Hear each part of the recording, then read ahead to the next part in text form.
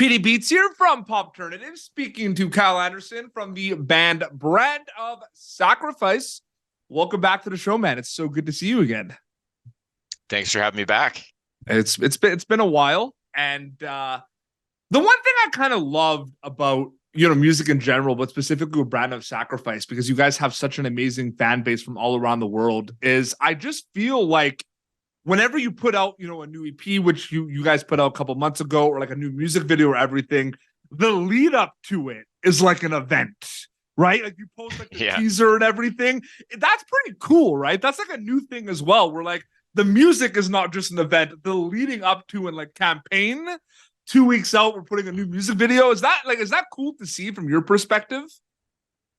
I think it's really cool because it adds value to the product and the music and gets people excited. It's really fun when we do like a music video premiere on YouTube or something like that, and you see everybody jump in the comment section.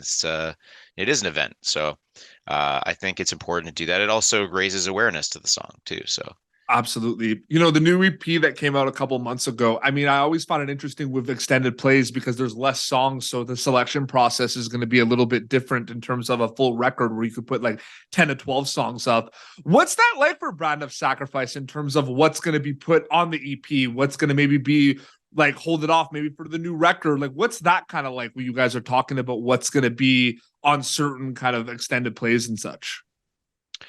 So the main goal with this EP was to have some variation. Yep. We wanted to have a little bit of the style that we had on Lifeblood, but we wanted to experiment a little bit. So there's also some clean vocals on there. There's different soundscapes that we hadn't tried before. There's a little more space in some songs. Usually we're pretty aggressive and nonstop and in your face and pummeling you. We wanted to try some alternatives to what we were doing, and I thought it'd be best to do it in the form of an EP rather than a full length that would sort of I think sometimes you have to flesh ideas out before you put them into like a full record. So that was the plan. We did have another song on that EP, but I felt it didn't it was a little too similar to what we had already done, so we just decided to scrap it for now. So 100%. But I thought the 4 songs that are on there were pretty solid and they can stand on their own. So that was the goal with it. As a fan of Brand of Sacrifice, one of my goals for you guys as a band is I would love your music to be on a horror movie soundtrack. That's something that needs to happen. Awesome. It has to happen. And whether it's because I'm in movie making too and stuff, you never know. You know what I mean? Like it's gotta happen. Okay. I would love that. I was looking back at like the Saw soundtracks and everything. Those were amazing soundtracks with some amazing bands on there. Miss May I had a song on that as well. Have you ever talked about that with the band though? Like about like the soundtrack aspect of it, or are you just thinking about it now? I've heard a little bit on the back end on how that sort of works, but I haven't really discussed it with a band that has been on one.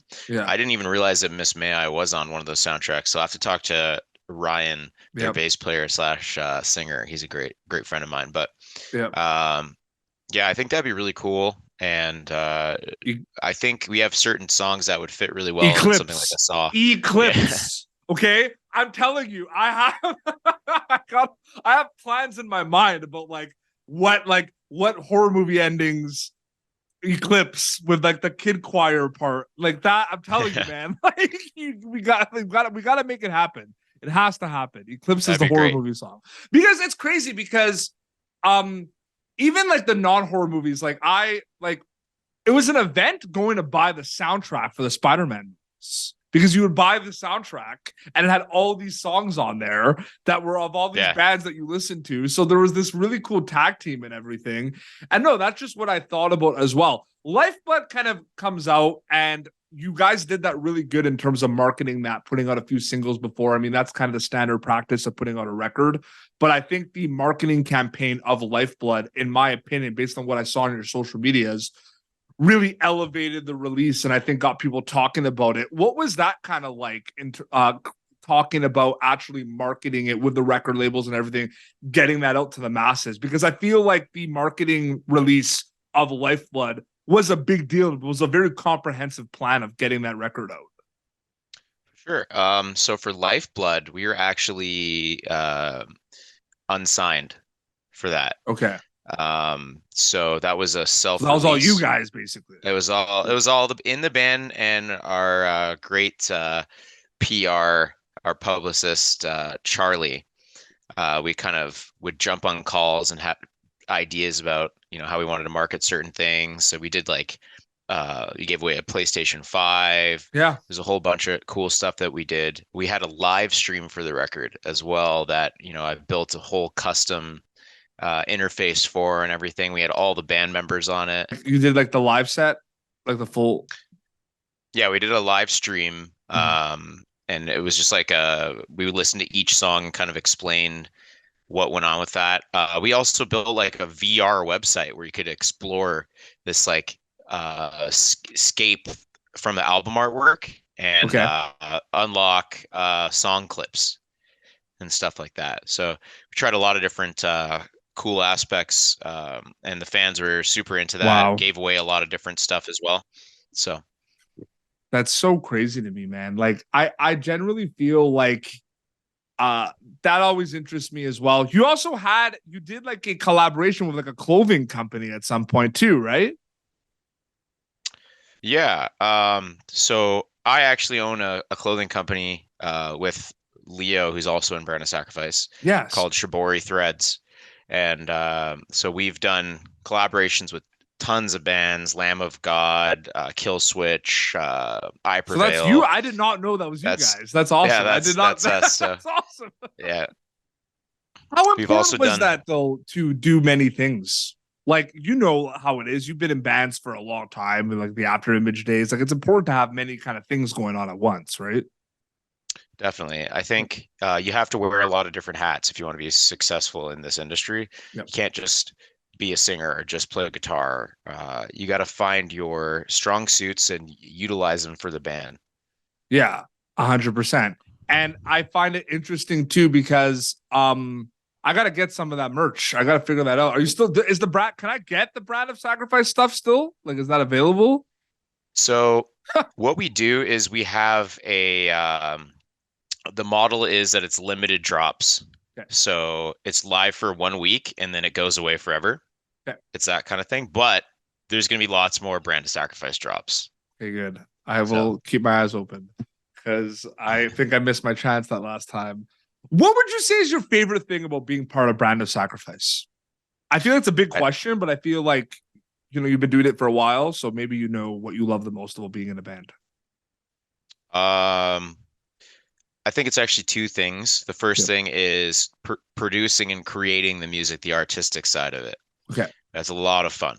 Yeah. It's never really a stressful thing. I think the things that are annoying about it are things like vocal editing or like that kind of tedious stuff. But the actual creation of the music is extremely fun and rewarding. And Yeah. then secondly, when you see your the fruits of your labor coming together and you play on a stage and you see a bunch of people, a full crowd of people yelling back at you and kind of giving you their energy, that's the most rewarding part of being in a band, in my opinion. People have labeled your band as deathcore, death metal, metalcore, metal. Like I've seen it all over the place. Are Mhm. you guys okay with that as a band being kind of like referred to as many genres in the genre of metal? Like I'm just curious about that. Yeah, I think that's totally fine because we do have all those aspects in the music. Yeah. I want to be a band that you can't necessarily pin an exact label on, Yep. but it's metal, it's heavy and it's fun. Yeah. So I think that's sort of the route that we're taking. We may have started off as a deathcore band, I guess, but I think we're a lot more than just a deathcore band, in my opinion. Can you tell me about the backstory of Altered Eyes in regards to how that came to be? Because that's like one of my favorite songs by Brand of Sacrifice. Yeah, so Altered Eyes, that was one of the later songs that we wrote for Lifeblood. Um, and I had some ideas for Leo to sort of um, have a big like two-step part at the end with a big call out. As far as the lyrical content goes, it kind of touches on the ending of the Berserk TV show from the 90s. Mm-hmm. In the last couple of episodes. I won't spoil it for anybody that's interested in watching it, but that's what the subject matter refers to, that particular occasion, I guess you Mm-hmm. could say. And you can kind of see hints of it in the music video that we have on YouTube. But just a more like technical and 3D iteration of it, I guess. Love But that yeah, that's song. where it comes from. I love that Thank song, you, bro. man. That's That's a that's a good. fun one to play live too.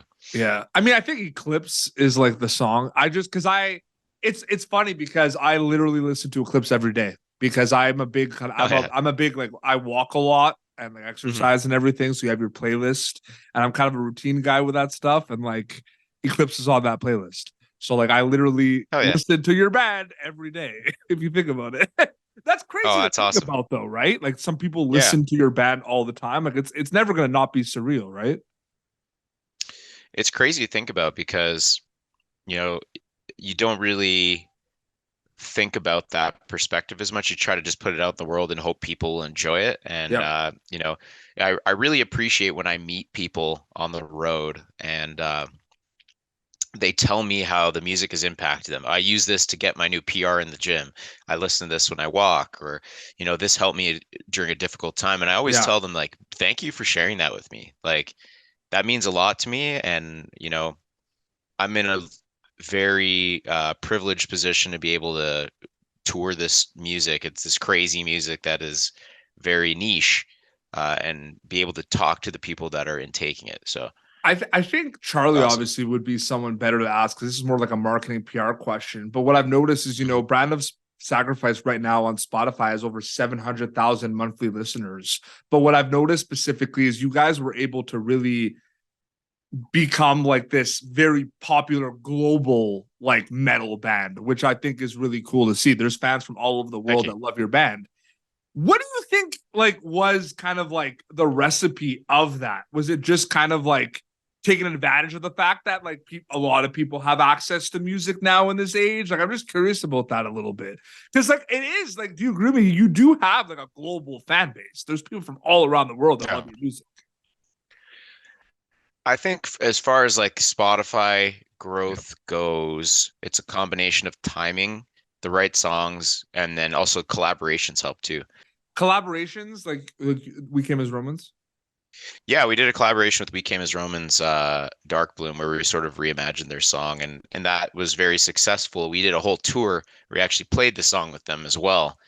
That was a great opportunity, and Leo had done some writing for an artist called Harper, Mm. who is a very young, talented vocalist. She was actually on America's Got Talent.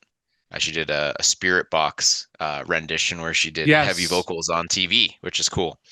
Um, yeah, so we've done those kind of things, and then our own music, it's just been progressive growth from, just trying to evolve and put out music frequently. And Yeah. like you said, having the campaign around the song, having a good music video for it, and making it sort of a spectacle or an event.